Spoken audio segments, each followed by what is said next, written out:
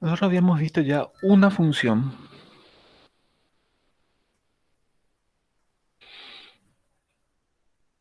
que era denotable, que podíamos escribir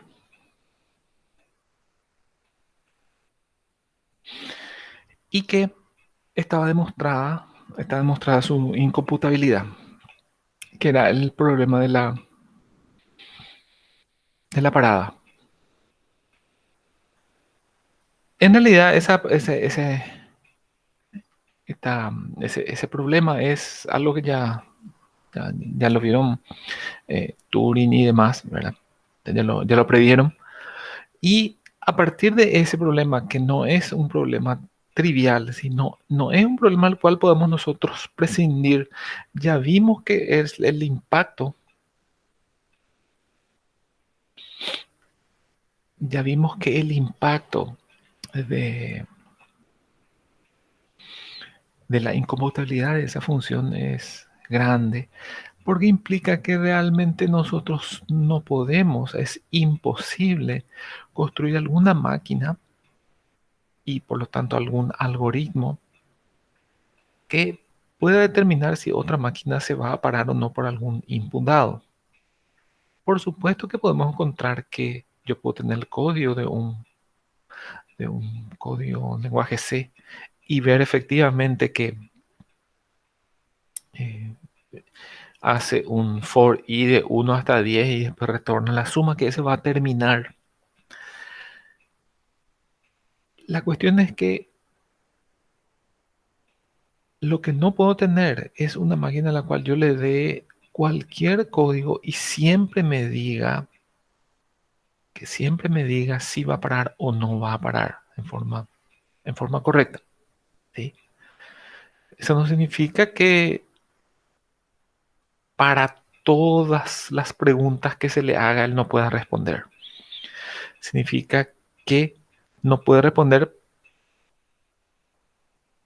todas las preguntas. No hay una que te pueda responder todas esas preguntas. Hay algunas que te va a poder responder, hay otras que no. ¿Sí? Relacionado con el teorema del problema de la parada, está el siguiente teorema que realmente tiene dos ventajas. Primero, que contextualiza, nos da otra, otra visión de lo que es un problema que no se puede solucionar. Y segundo, nos da una metodología para demostrar que es interesante. ¿Sí? El, el teorema está anunciado así.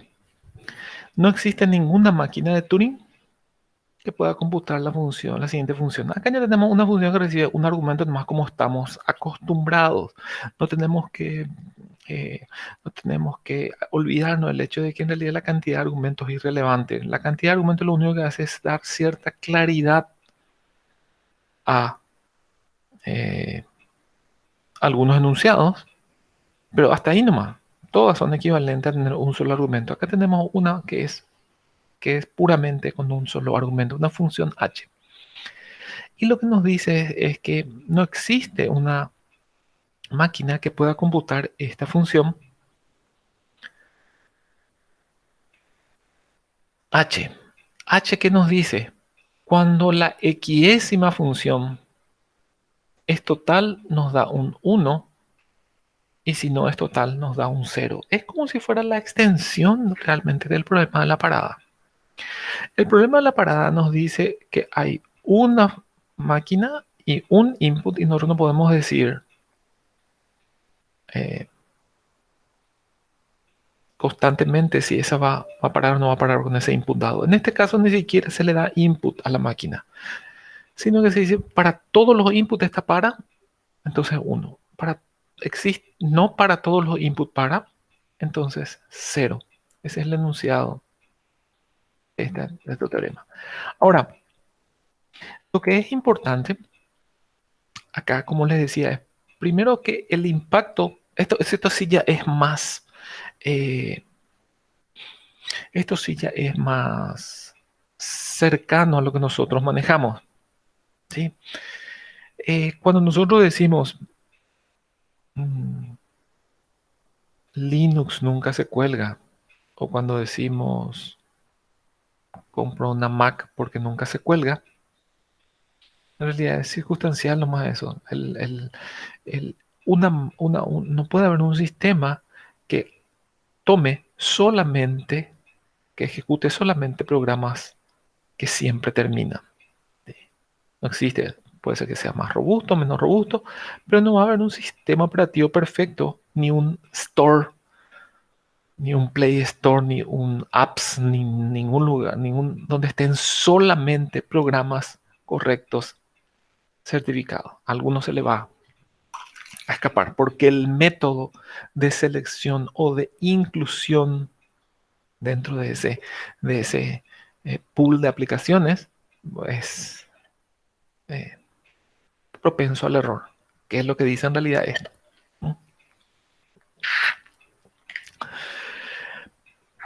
Ese es el primer punto de este teorema. El segundo punto es el método por el cual se va a demostrar, que es muy interesante y siempre, a menudísimo sale esto en el examen, porque el método es interesante porque se usa, se usa en otras disciplinas, se usa más adelante para demostrar cosas importantes. Por eso siempre se incluye este teorema en Informática 1. ¿Sí? Bueno, la demostración de vuelta base por reducción al absurdo, lo que se va a hacer es negar, asumir la función h computable. ¿Sí? Si nosotros asumimos h computable, quiere decir que nosotros podemos poner una marca a las máquinas de Turing, ¿sí? Que computan funciones que siempre terminan o que no siempre terminan. Sí podemos dividir las máquinas de Turing en las máquinas de Turing que eh, computan funciones totales y que no computan funciones totales. Yo puedo dejar entonces como ejemplo, decir, la máquina 1, la máquina 1 no termina para todos los inputs. La máquina 2 sí termina para todos los inputs. La máquina 3 sí termina para todos los inputs y así en adelante. ¿Hasta dónde vamos ahora con la demostración? Asumiendo que H es computable, nosotros podemos hacer esa diferenciación.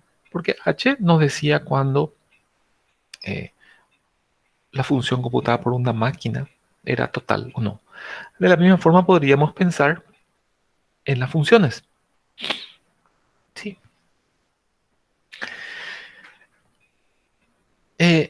Ratito, acá voy a poner una. Mm, vamos a continuar. ¿Sí? H de 1, 0 significa que la máquina mm, no termina para todo input. H de 2, 1 significa que sí termina para todo input. H de 3, 1 significa que... Entonces, todo lo que dan 1 marcamos en verde. Y lo que podemos hacer es aislar este conjunto y armar un conjunto entonces de máquinas de Turing VIPs. ¿No? Un conjunto de máquinas de Turing VIPs que, VIP que contenga única y exclusivamente a las máquinas cuya H dio 1. ¿Sí? Por lo tanto, acá van a estar solamente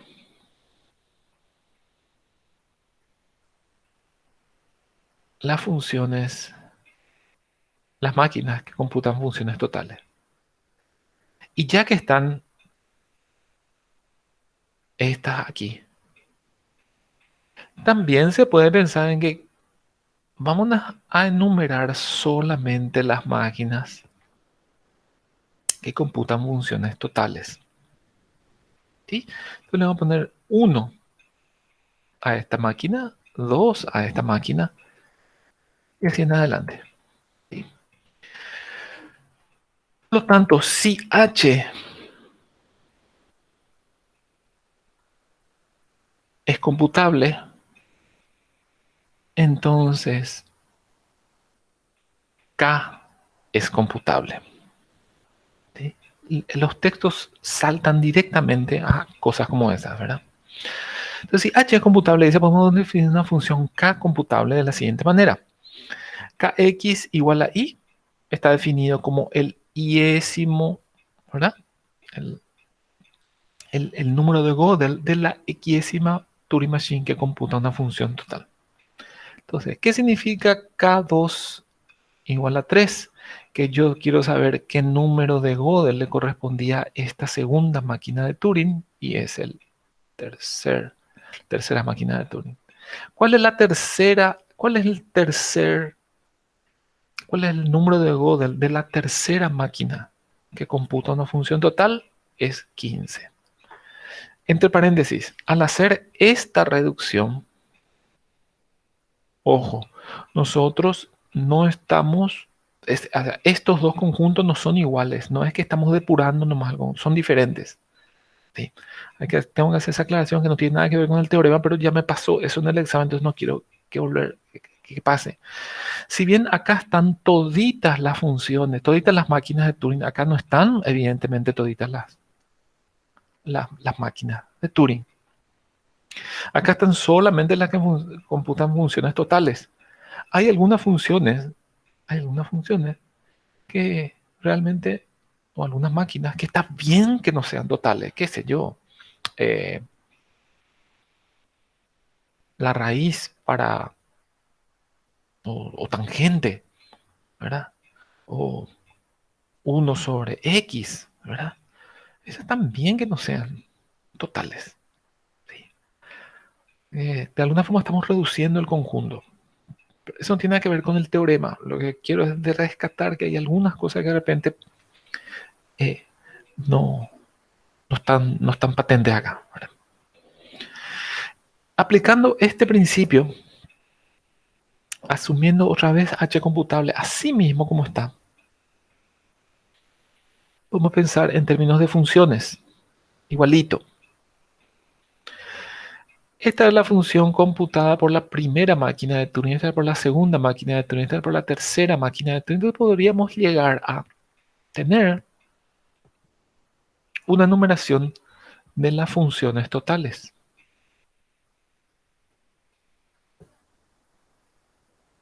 Podríamos decir la función total 1. Ah, la función total 1 es la computada por la máquina número 2. La función total número 2 es la computada por la máquina número 3. La función total 3 es la computada por por la máquina de Turing número 5. La, ¿Cuál es la cuarta función total? Y es la computada por la 17, según ese ejemplo que estamos haciendo. Lo grave, el pivot acá es si H es computable, K es computable.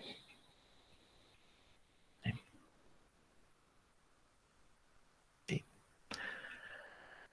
Para que K sea computable, H tiene que ser computable.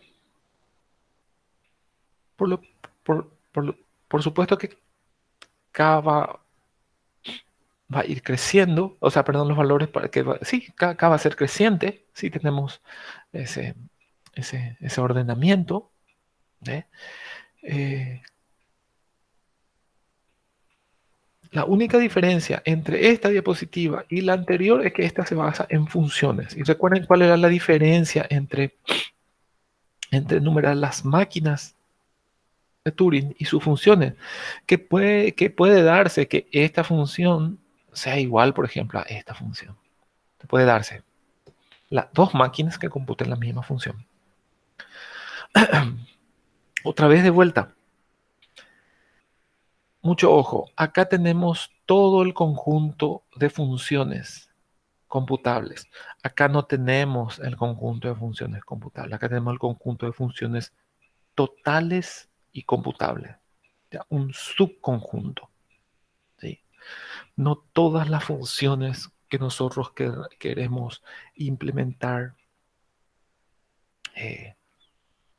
son totales. La mayoría sí, pero si queremos ser correctos, muchos nos tienen que dar. Muchas máquinas se tienen que quedar con toda la razón en un bucle infinito, porque eso es lo que, lo correcto, digamos así. Si H es computable, entonces K es computable. ¿Sí?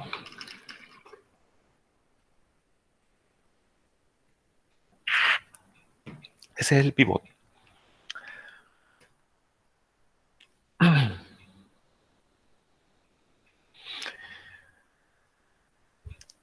Eh, lo que tenemos, ¿verdad? Esto es aparte. ¿Ya? La numeración no interesa cuál es la numeración agarremos, siempre vamos a cubrir todo el espectro. Ya dijimos que K es total y que K es creciente. ¿Qué viene a ser esto? O sea, perdón, eso es una consecuencia. O sea, si K es total, significa que está definida para todo valor del dominio.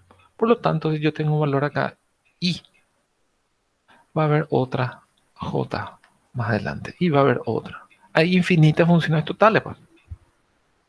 ¿Sí? Este punto tan eh, importante, ¿verdad? Siempre se deja sin explicación en la mayoría de los textos de vuelta porque es- se dirige normalmente a, a personas con alto grado de manejo matemático como somos nosotros, ¿verdad? Y eh, automáticamente mm, va a, si no era correcto, eh, esto iba a sonar una campana en nuestras cabezas, ¿verdad? Ustedes ya, ahora ya por lo que vi en los parciales se dan cuenta cuando algo no está cerrado en alguna demostración, etcétera, etcétera, ya no hace falta que poner ciertas cosas. En este caso, no hace falta ya poner por qué si K es computable implicaba que H era computable. Sin embargo, una de las formas de demostrar eso, las formas de decir, bueno, ¿por qué si H es computable, K es computable? Poniendo el código.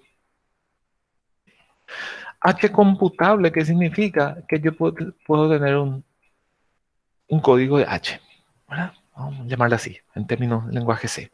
¿Cómo hago K? Y este es el código de K. Lo único que hago es, quiero encontrar, por ejemplo, el número de la tercera función total. Entonces, ¿qué hago? Me voy y le pregunto a H. La máquina número uno es una máquina que computa una función total. Si me dice sí, entonces ya tengo que buscar dos más nomás. Me voy buscando y cuento cuántas veces aparece un 1 en realidad en esta lista, ¿verdad? Cuando aparece un, me va a aparecer 1, 1, 0, 0, 0, 0, 1. Yo lo que tengo que encontrar es básicamente el equidécimo 1. ¿En qué posición está el equidécimo 1? Esta función puedo encontrar el código, por lo tanto, es computable. Si puedo encontrar la máquina, si puedo encontrar el código, si puedo encontrar el algoritmo es computable, lo que tengo que asegurarme es de que en realidad sea total. Es decir, que salga de este bucle eventualmente. Y siempre va a salir de este bucle porque siempre hay una H que va a dar un 1. No importa qué tan grande es la X. Yo digo 1.000.000 y hay infinitos unos en H, digamos, y en algún momento vamos a llegar a contar los 1.000.000. ¿Sí? Y otro dato que es creciente. Eh, algo importante, acá no se está teniendo en cuenta que K y H sean lo mismo. No son lo mismo, K y H. ¿Sí? No son lo mismo. De hecho, dan otro conjunto de relación entre input y output. Esta es más o menos la relación de input y output que hay. ¿Sí? Esto es X, es H de X y K de X. Entonces, no dan lo mismo. Lo que hace es esto, pone como primero, esto pone como segundo, esto como tercero y esto como cuarto. Esa es la relación que hay. ¿Sí? No son la misma función. Bueno, pero sí, K te da, K es un enumerador, por así decirlo, de funciones totales. ¿Sí? Y H es un clasificador de funciones totales. H lo que nos dice, vos le das cualquier número y te dice si la función, si esa máquina computa una función total.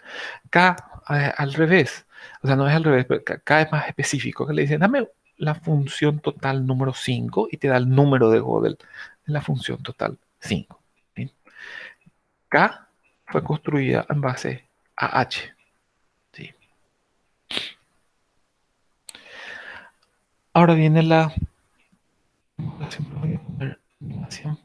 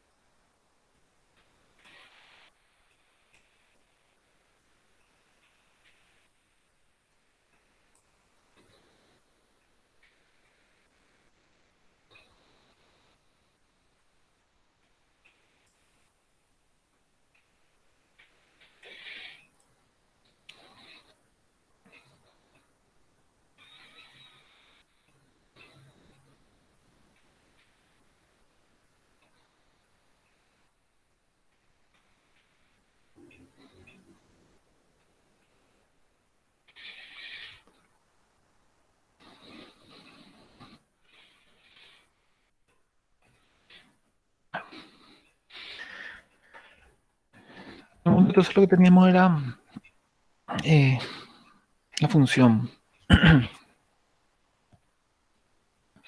la función K. ¿Sí? Ahora vamos a definir otra función. Ya tenemos K. ¿Sí? Vamos a definir esta función B en base a la K. ¿Sí? Lo que hace tomar la B es primero pasarla a la K. Esa K, recuerden que hacía, nos daba el enésimo número, perdón, nos daba el número de Gödel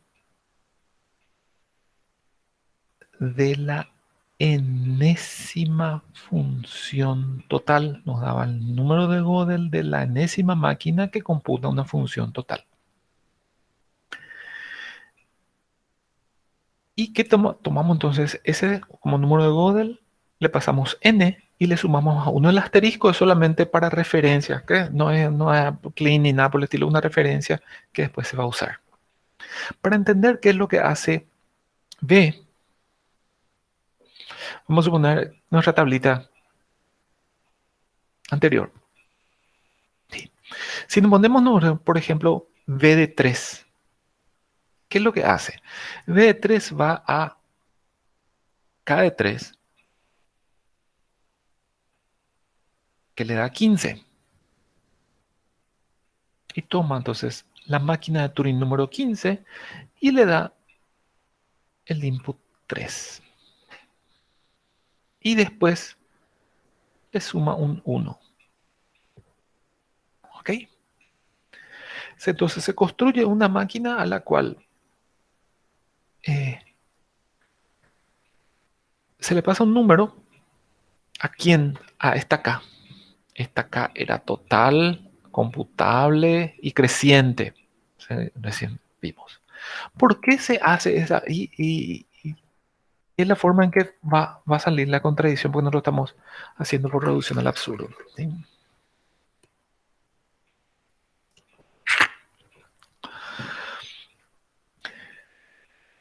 Y eso es haciendo un ejemplo.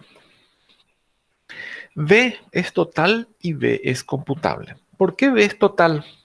Porque los números que salen acá siempre son de máquinas de Turing que computan funciones totales. Y sumándole más uno sigue siendo total. Entre comillas, entre paréntesis, la composición de funciones totales es una función total.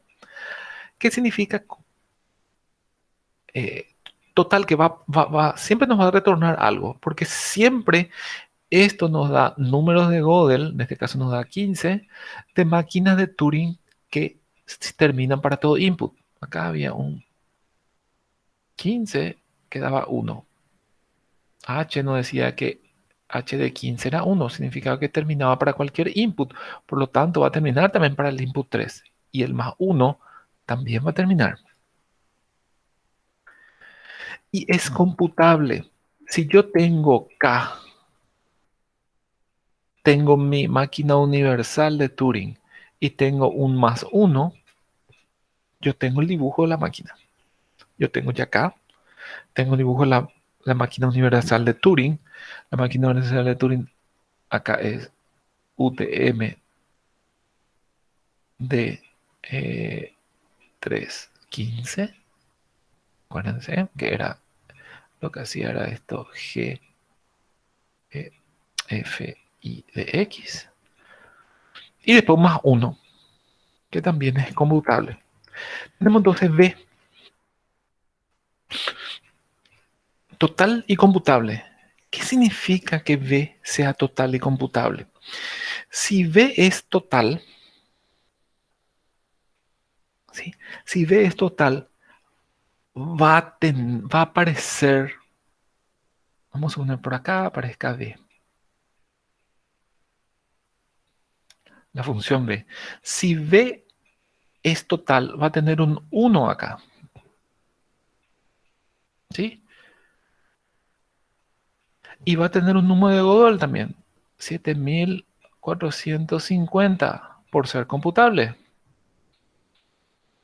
Y va a tener también su número acá, vamos a poner que sea un número 35. Va a ser, si B es total y computable, va a aparecer en esta tabla, con un valor 1. Y por lo tanto va a aparecer con un número acá y en algún momento va a aparecer acá. En la 35 va a aparecer, está mal este 35 acá. En la fila 35 va a aparecer el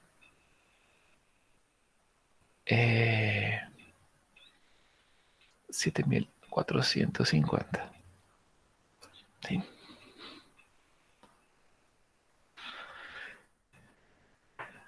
¿Qué significa?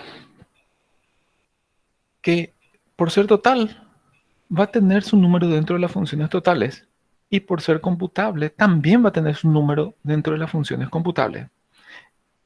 ¿Sí? Si tienes un número dentro de las funciones totales, le vamos a llamar a ese número dentro de las funciones totales W sub 0.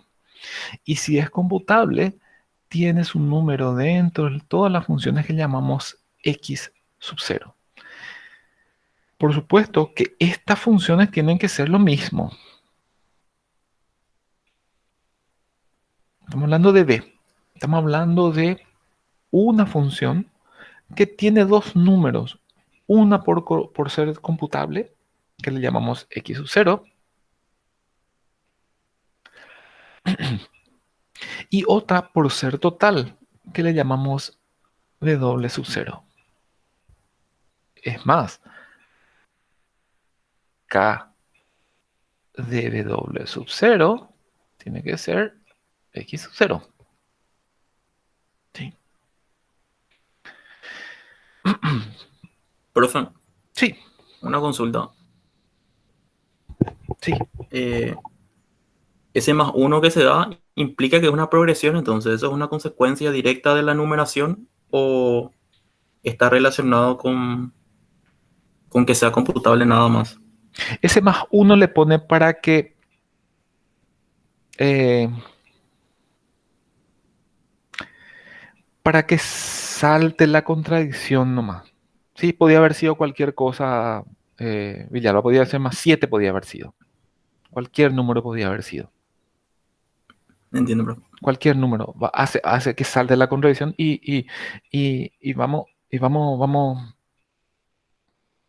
ver en realidad dónde es lo que está el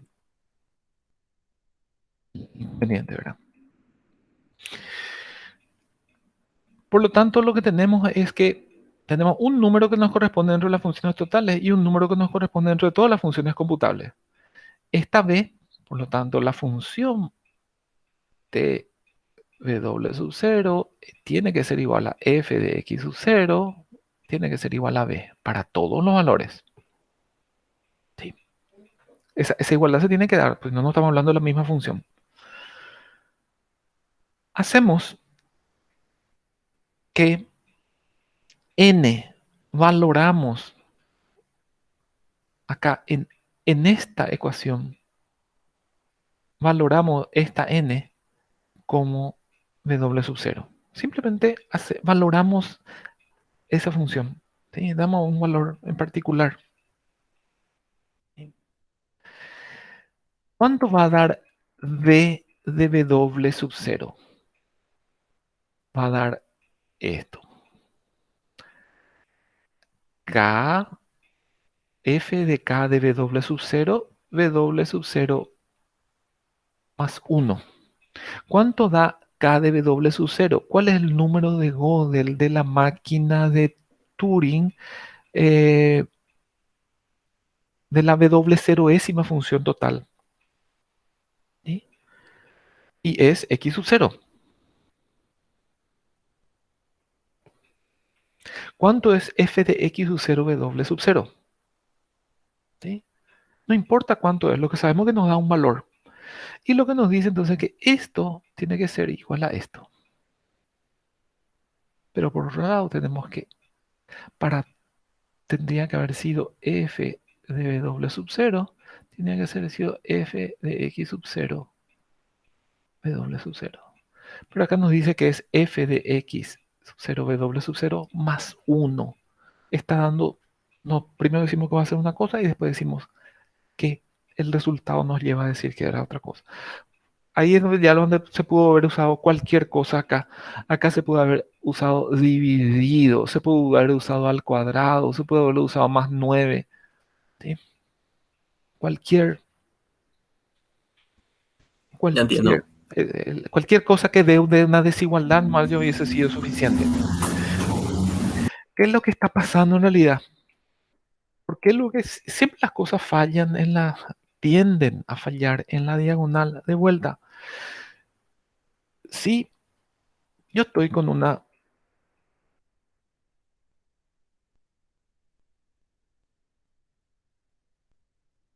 función como esta. ¿Sí? No existe Turing Machine que pueda computar la siguiente función. Si f de x es total, entonces 1, si no 0. Si existiese esta Turing Machine, ¿verdad? Entonces yo a esta Turing Machine le podría preguntar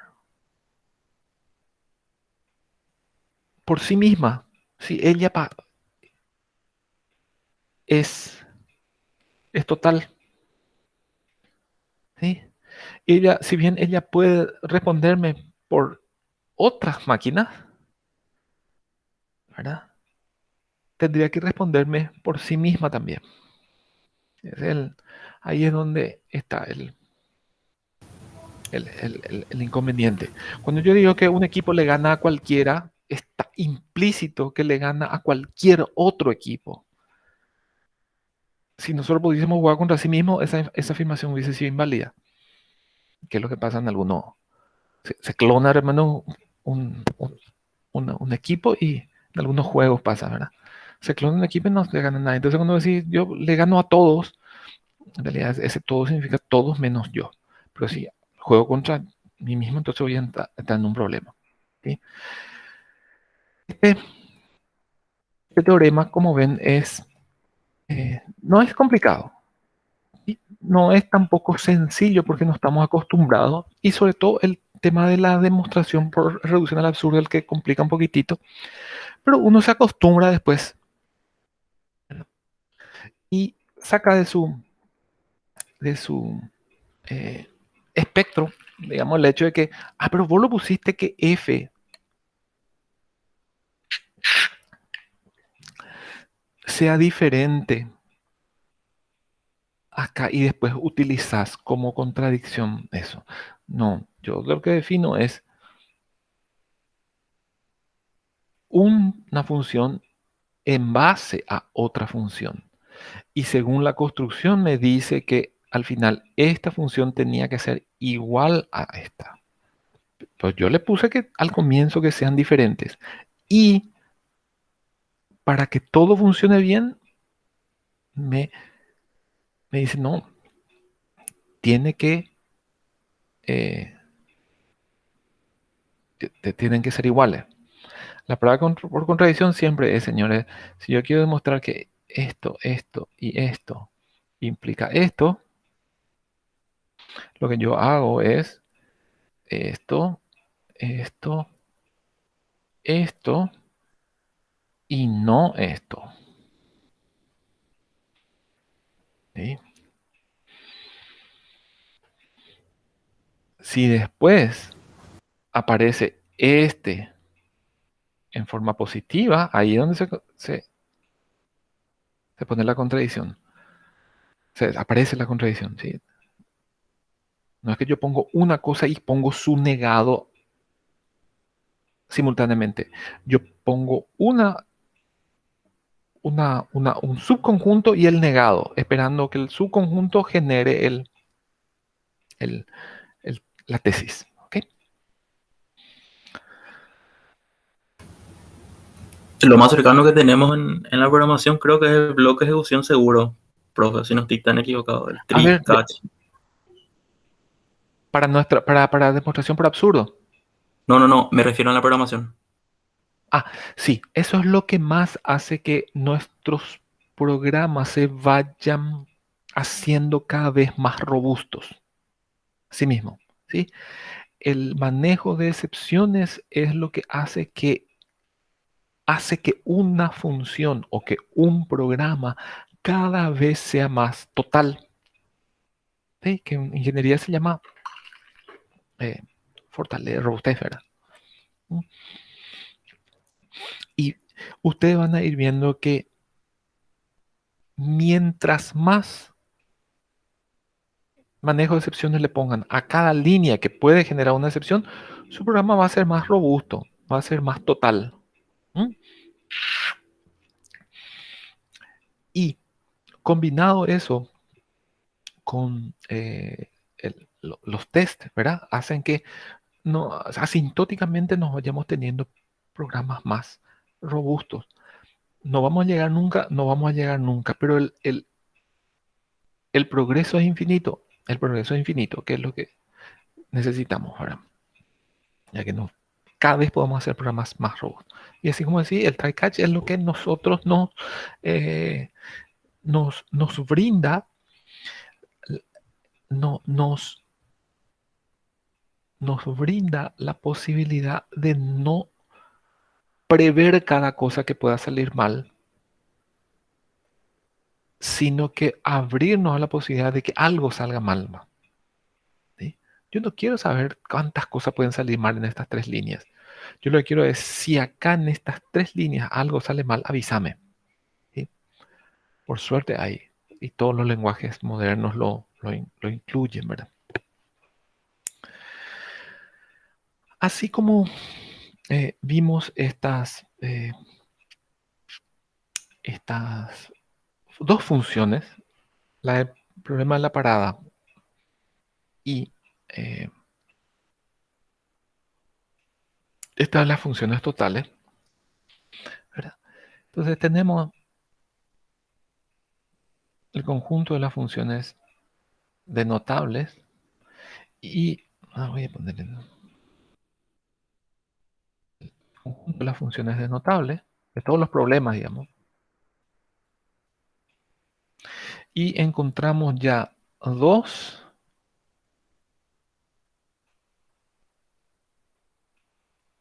que ahí están en rojo. En rojo significa que no se pueden solucionar y se puede demostrar que no se pueden solucionar.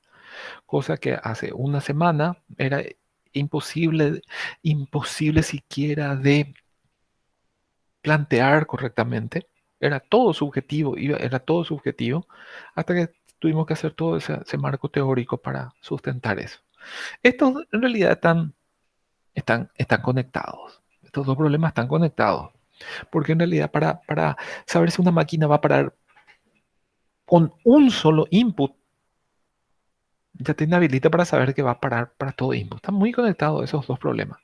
Y lastimosamente esa conexión realmente eh, no queda ahí, sino que esto tipo un virus empieza a tener otras ramificaciones y aparecen un conjunto de problemas eh, que no se pueden solucionar. O sea, al comienzo pensamos que era el halting nomás, íbamos a decir, bueno, y bueno, vamos a vivir toda la vida con un reset forzado en nuestro sistema operativo. ¿Puedo aguantar eso? Y puedo, y tengo que resetear de vez en cuando mi teléfono, y sí. ¿Verdad?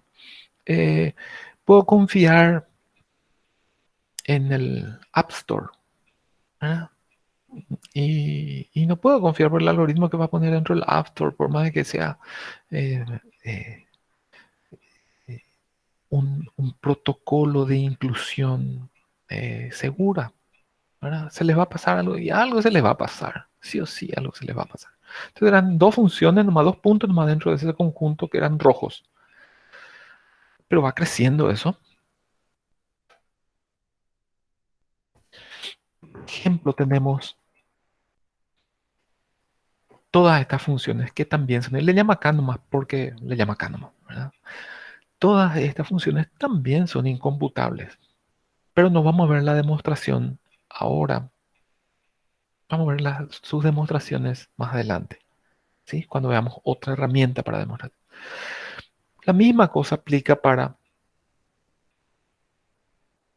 constante. ¿Sí? Si yo quiero decir si una eh, máquina computa una función constante me da siempre el mismo resultado, también no voy a poder discriminar. Algo más operativo a nivel de máquina de Turing. Si la xésima Turing Machine pasa por el estado Q durante el procesamiento de Z, entonces 1, si no 0. Eso salió la vez pasada en el examen, ¿verdad? La xésima Turing Machine pasa por el estado Q durante el procesamiento de Z, entonces 1, si no 0. Esa también es, eh, es una función incomputable, ya en términos de máquina de Turing. Una más jodida todavía. Yo tengo dos números de Gödel y quiero saber si esas dos máquinas computan la misma función. Imposible. ¿Sí? Otro un poquitito más abstracto. Yo tengo un número de Gödel y quiero saber si en algún momento la xésima función me da z0 como resultado. ¿Sí? Para algún input. también. Todas estas son funciones computables. En realidad, ese conjunto, esa red roja que puse anteriormente, en realidad se extiende muchísimo. Comienza con el halting problem porque es el, digamos, el pivot, ¿verdad? Y de ahí se extiende muchísimo. Básicamente se extiende mucho luego, porque para el halting problem significa que yo necesito simularle a otra máquina y saber su resultado. Yo puedo saber el resultado del resultado de otra máquina siempre y cuando termine esa máquina. Pero no puedo saber si no puedo saber si no termina. ¿Sí? Lo que nos lleva a la siguiente consideración. Fíjense esta función que es una variación del halting problem, ¿verdad? Problema de la parada. Y la única variación realmente que acá tenía un cero en vez de el indefinido. Pero esta función, con esa pequeña diferencia, hace toda la diferencia.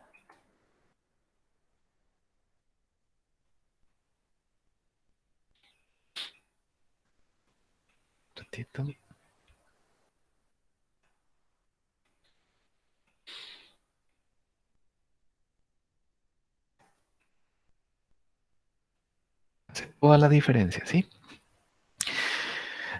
¿Qué nos dice esta función? Que si yo tomo la iésima máquina, yo tomo la iésima máquina y el xésimo input y simulo, por ejemplo, utilizando la máquina universal de Turing, si termina, entonces que me dé 1. Pero si esta máquina no termina, yo tampoco termino. Esta función es computable y podemos escribir así también.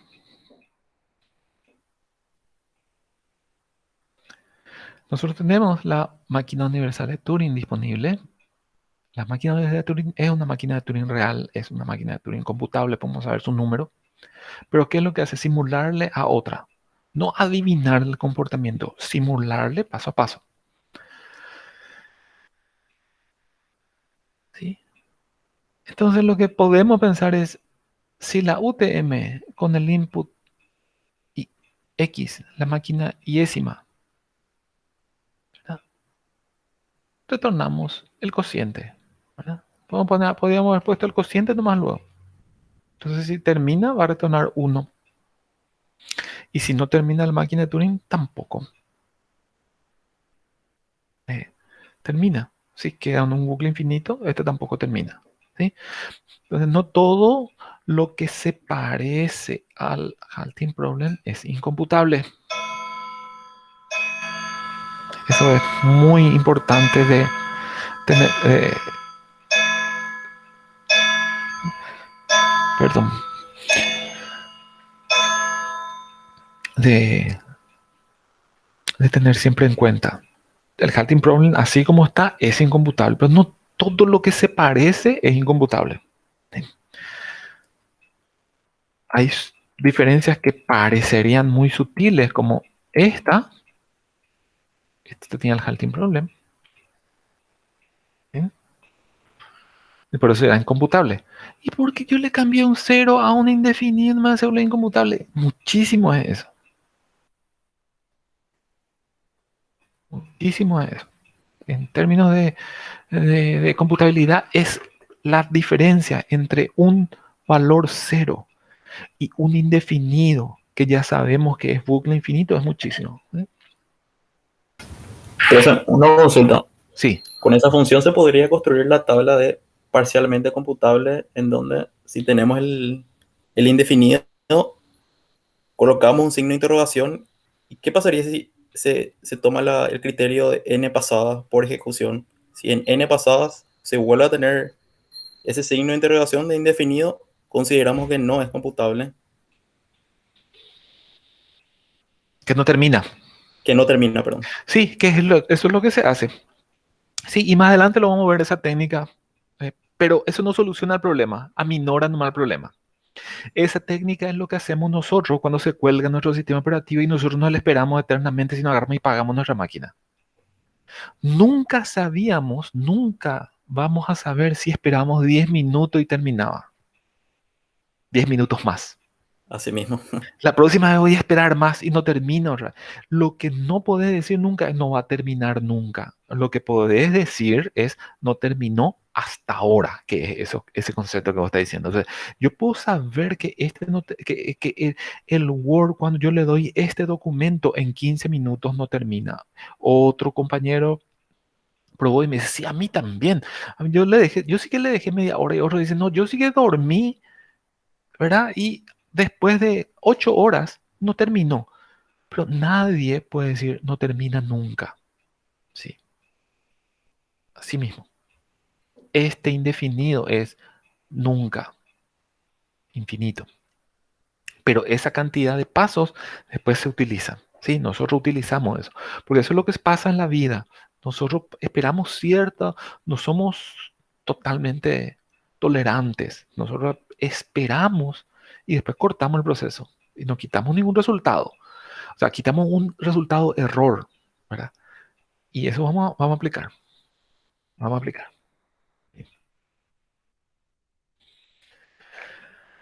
Bueno, ¿qué tenemos hasta ahora? Sí, vamos a seguir un poquitito más porque realmente para continuar con el desarrollo, yo solía cortar acá porque dimos un segundo, pero ahora estamos justo en el, vamos a perder 2 días de clase entre mañana y el martes. Entonces, quiero avanzar lo máximo posible.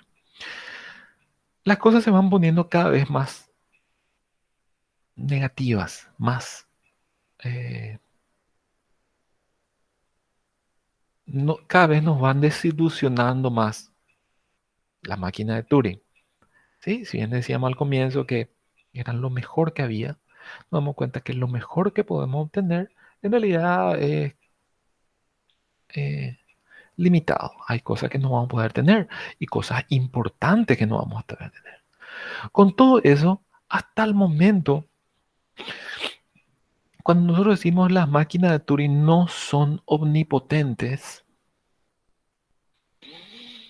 automáticamente a nosotros se nos viene la convicción de que en realidad, bueno, cierto, hay cosas que podemos y hay cosas que no podemos computar.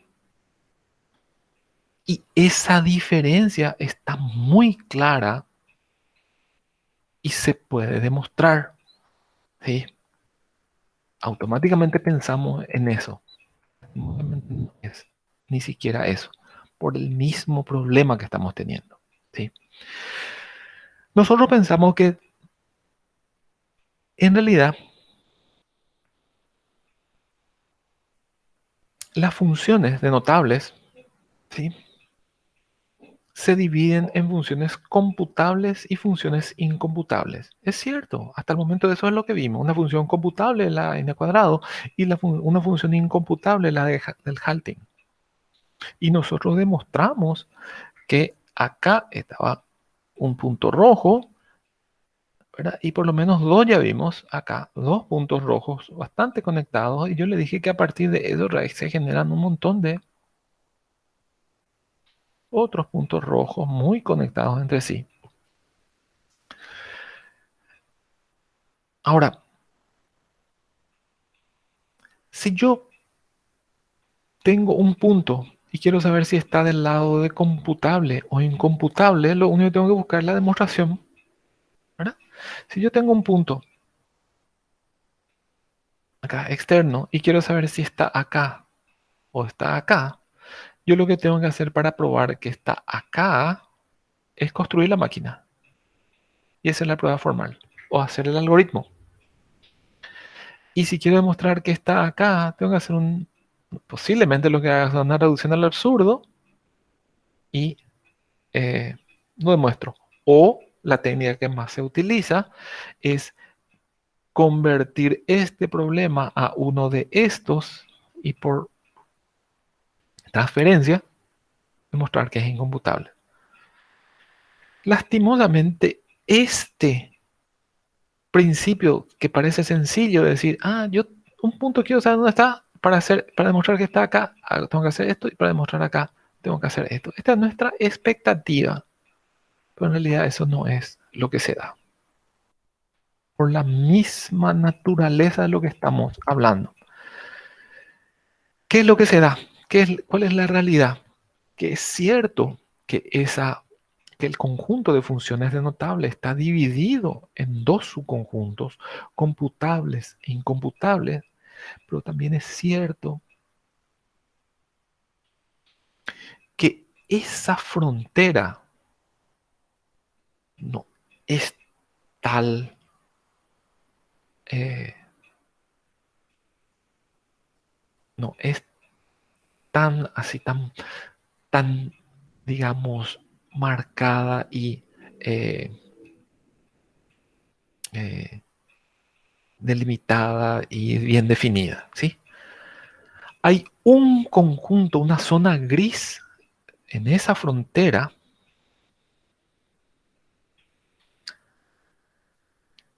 donde yo puedo tener una función, pero cuya demostración de saber si está de un lado o del otro es imposible. Y se puede demostrar de que es imposible. ¿Sí? Por eso se llama esta parte de la computabilidad avanzada, porque ya escapa, digamos, a lo que nosotros vimos reciencito. ¿Ah? Yo tengo yo tengo un problema dado, y si el problema es n cuadrado, ok, ay, perdón. Eh, si el problema es n cuadrado,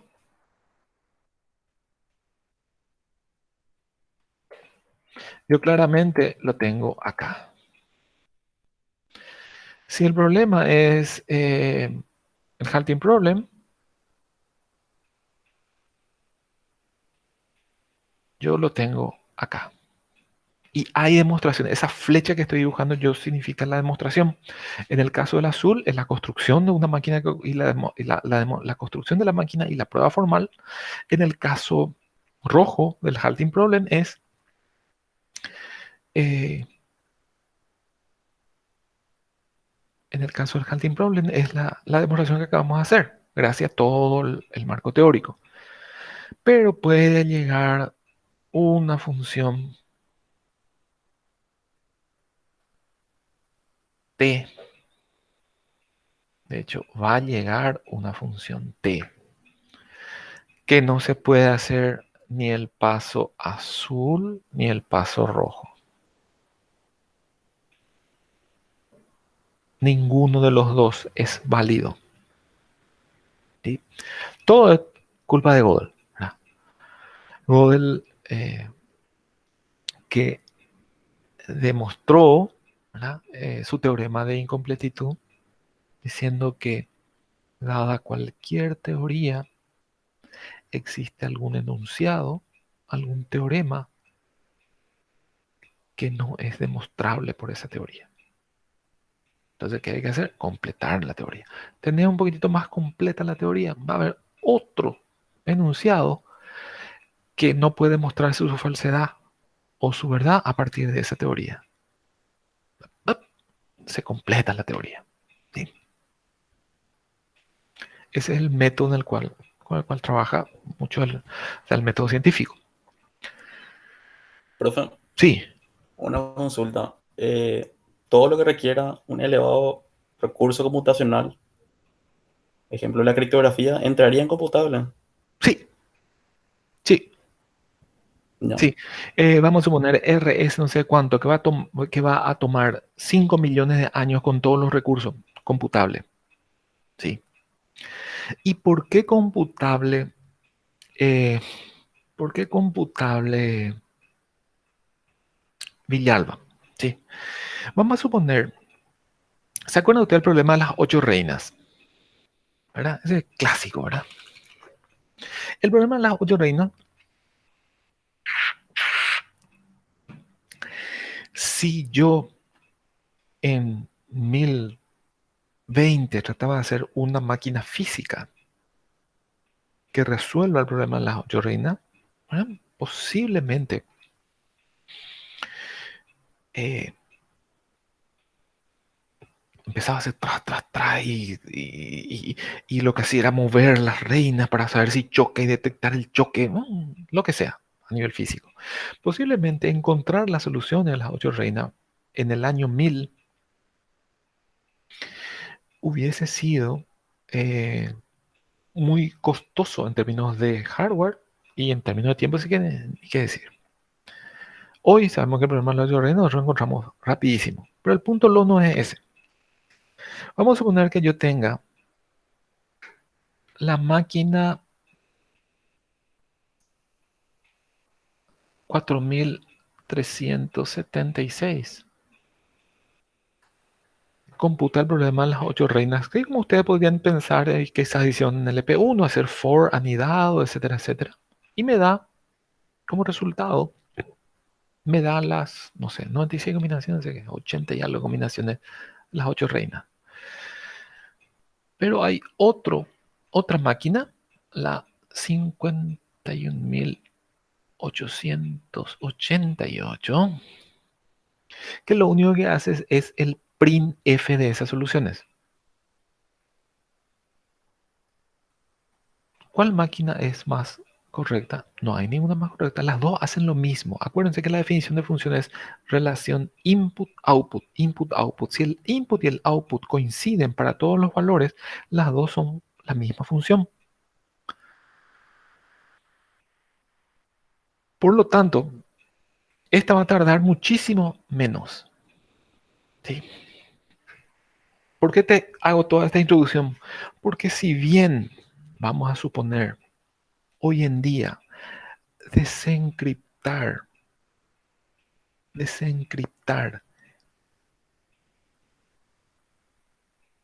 tenemos el root de la máquina, ojalá que nos estén escuchando. ¿Verdad? Bueno, vamos a ponerle algo más sencillo por acá nomás.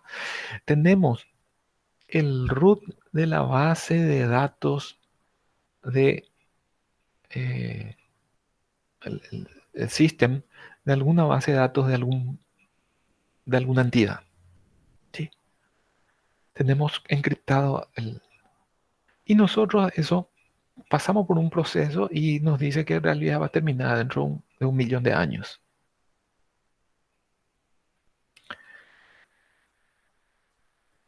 Y nos va a dar el valor correcto. Ahora viene el administrador, ¿verdad? Y como nuestro socio, la contraseña del sistema es tal, ¿verdad?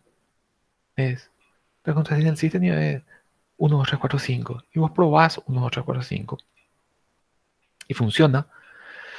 Entonces lo que tenés es, puedes construir una máquina de Turing que haga lo mismo que la otra, pero que te haga un print nomás. Son la misma función. No puede ser que una sea incomputable y la otra sea incomputable, si son la misma función. Lo que está pasando es que una tarda más y la otra tarda menos nomás. Ese es algo que puede llegar a ser impráctico, pero no posible. Perdón, no imposible, es impráctico nomás. Que el tema de la siguiente área dentro de Informática 1 de la asignatura, que es la parte de complejidad. ¿Sí? O sea, un programa que tarda muchísimo, pero nos da solución, es tan computable como un problema que tarda 0,1 milisegundo y nos da el mismo resultado. La diferencia que nosotros utilizamos acá en esta parte de computabilidad es si tarda mucho o tarda infinito. Cuando tarda infinito es donde lo que se complica. ¿Sí? Cuando tarda infinito es lo que decimos que eh, realmente para nosotros es incomputable. ¿Verdad? Todavía estamos hablando de... para nosotros la realidad cuando tarda infinito no es total. ¿Verdad? Todavía es computable, pero no es total. ¿Sí? Esa totalidad es lo que a nosotros nos está eh, comiendo la cabeza. ¿Sí? Acá en estas funciones, en este conjunto de funciones computables, hay muchísimas que nunca vamos a llegar a correr, ¿verdad? Nunca vamos a lanzar ese proceso porque sabemos que, eh, no sé, algunas van a tardar el tiempo de vida del universo. Eso. Pero la cualidad de esto, recuerden que es la existencia de la máquina nomás, la existencia del algoritmo. Esta parte no tiene nada que ver con la ejecución, tiene que ver con la existencia del código. ¿Y existe el código? Existe el código. Tarda mucho, ese ya es otro problema. Pero existe el código. Es el concepto de computabilidad. Consiste es que la existencia de la máquina, no las propiedades de la ejecución de la máquina. ¿Sí? Espero que haya aclarado más o menos porque es una pregunta natural, ¿verdad? Que se nos da. Eh, Todavía se complica más. Esta zona, esta zona eh, gris, digamos, ¿verdad? Donde realmente tenemos podríamos llegar a tener un problema que no podemos demostrar que es computable o incomputable. Y a culpa de Gödel, como le digo. ¿Verdad? Eh, Él evidenció que esa es una característica de todo sistema, de toda teoría. ¿Sí? Ahora, todavía ese, todavía ese podría ser, bueno, ocurre siempre. Entonces podríamos estar todavía tranquilos con esa existencia. Bueno, sí, a partir de que en una teoría va a haber nomás esa parte gris. ¿Sí? Lo que no tenemos que hacer, lo que no tenemos que hacer es que porque haya esa parte gris, es decir que nada lo ya es computable o que todo es opinable. ¿Sí? Que es lo que pasa en nuestra vida normal. Porque hay una parte gris en la moral, nosotros decimos que todo lo ya es subjetivo. Porque hay una parte gris en, en una discusión, porque hay algo que no está bien definido, nosotros decimos que todo lo ya es subjetivo. No, no pasa eso. Esa parte gris es una naturaleza, una característica de las cosas. ¿Sí? Eso no significa que el halting problem sea computable. No, el famoso, ¿verdad? Eh, tenemos que respetar está un meme por ahí, tenemos que respetar las opiniones de todos, no sé qué cuánto, ¿verdad? Y después dice, pone ahí, eh, no sé, las opiniones de todos, no sé qué cuánto, eh, y sale así, ¿verdad? Son memes, ¿sí? Tenemos que respetar esta parte gris. Sabemos que existe esta parte gris, pero no porque no estamos seguros de si estamos acá o estamos acá, es porque ya estamos en esta parte gris. O que esta parte gris es en realidad la mayoría, o que en el peor de los casos es todo. ¿Sí? Podríamos, podemos vivir, los matemáticos saben bien, por eso es importante ese pensamiento crítico que nos hace valorar también las cosas en la, en las discusiones con los argumentos con los demás, ¿verdad? O sea, la parte gris va a estar ahí, pero no tiene que ser no tiene que ser la mayor parte.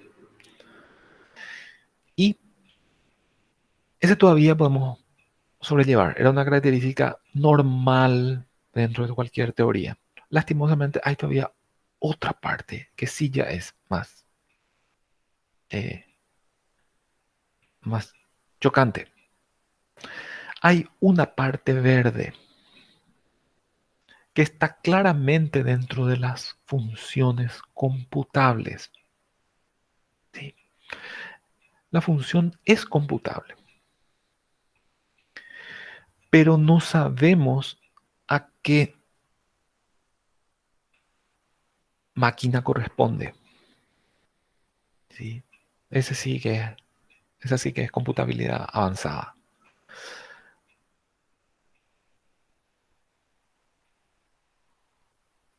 No sé, podemos pensar en... eh,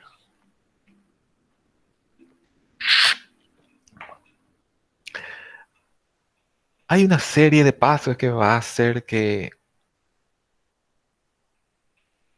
Cerro eh, gane el campeonato o lo que sea, o que Guaraní gane la Copa Libertadores. Y cierto, hay, ¿verdad? Hay una serie de pasos de pases que puede hacer, una serie de jugadas que le va a llevar al campeonato. No podemos saber cuál es, pero hay, ¿verdad? ¿Cuál es lo que no podemos saber? ¿Sí? Entonces, hay problemas que son computables. Es decir, hay alguna máquina que resuelve eso, pero no podemos identificar cuál de las máquinas es. Y no se puede lo identificar.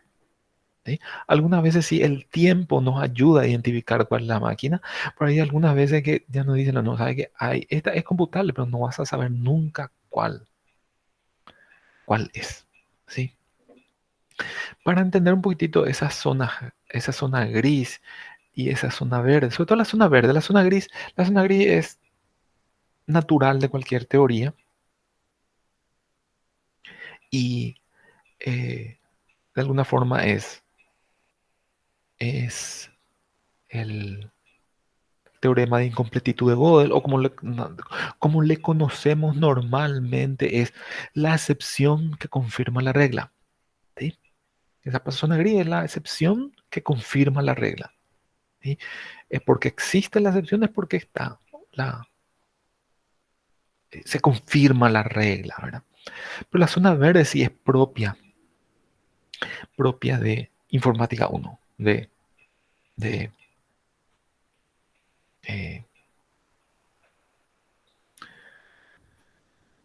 Profe, de teoría. Sí, esa última parte, un ejemplo sería de que se tiene el problema, tenemos un conjunto de números candidatos.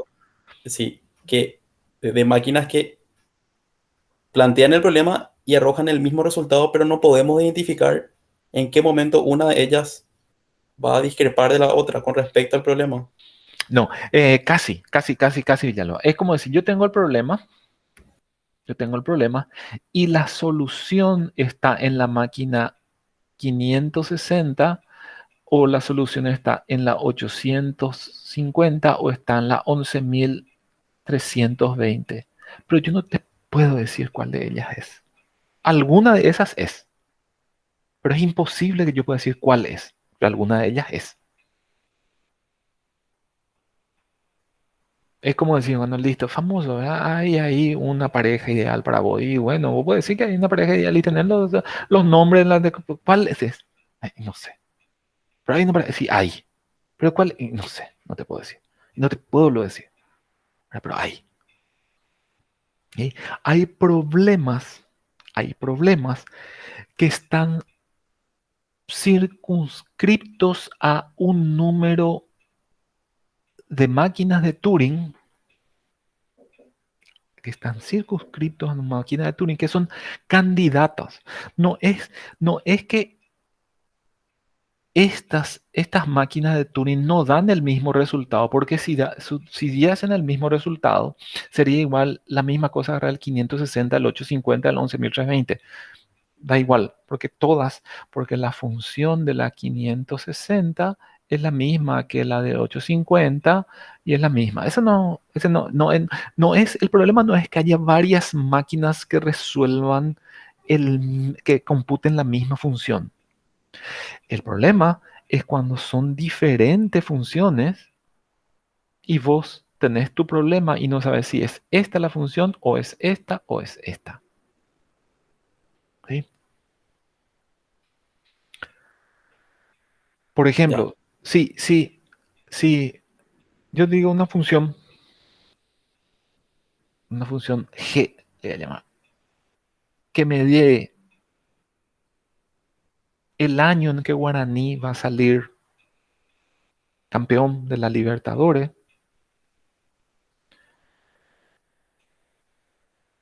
Acá esto puede decirme -1 porque no va a salir nunca.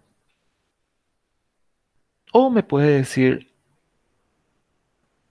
2000, no sé, este año que 2022, 2023, 2022, bueno, pues, 2022, ¿sí? Claramente, estas son máquinas diferentes, una que me arroja -1 y otra que me arroja, pero yo no sé cuál es.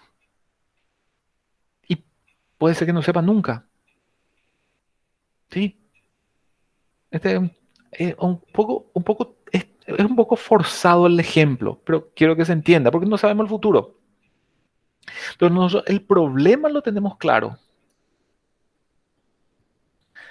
La solución la tenemos clara. No sabemos cuál de las soluciones es. ¿Sí? Ese es el tema. El problema lo tenemos claro.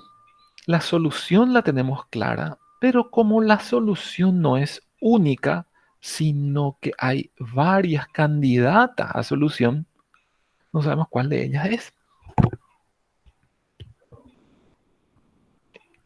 Esa parte es delicada dentro de la informática. ¿Sí? Que es que es el aporte, ¿verdad? El valor agregado a lo que es Gödel, ¿verdad? Teorema completitivo de Gödel, que va a estar nomás ahí que la zona gris. Nosotros vamos a tratar de ver la zona verde. ¿Sí? Hay problemas que están en la zona gris, demostrados que están en la zona gris. Sí, hay problemas, por ahora no nos interesa. Sobre todo porque sus demostraciones son muy complejas. Eh, para dar una idea, yo quiero mostrar que algo está en esa zona gris. Yo pongo el problema, se muestra por contradicción. Y dice, si hay una demostración que me lleva acá, automáticamente por culpa de esa demostración,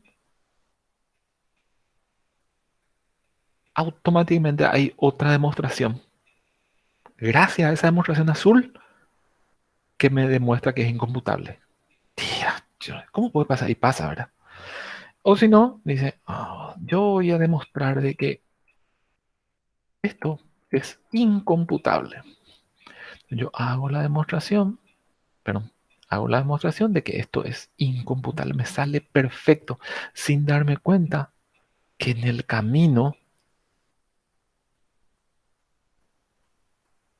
demostré que era computable. O sea, cualquier cosa que yo haga automáticamente, le estoy demostrando también su inversa. Eh, esos son los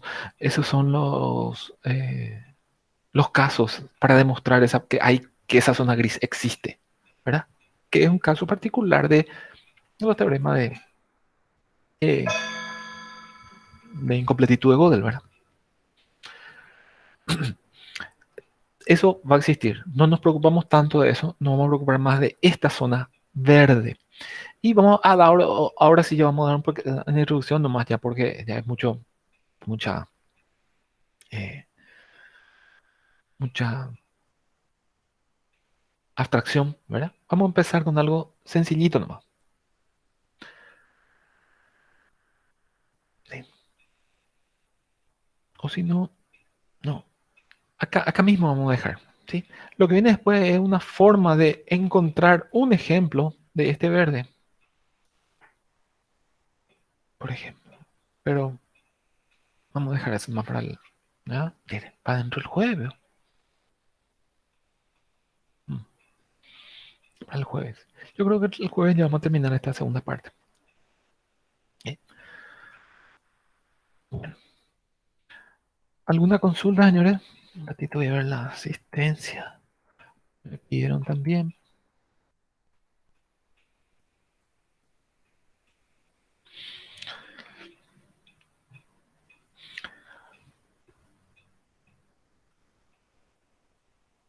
Ok. Bueno, entonces nos vemos mañana para los que quieren recuperar. Mañana se recupera FA. Sí. A ver, profe.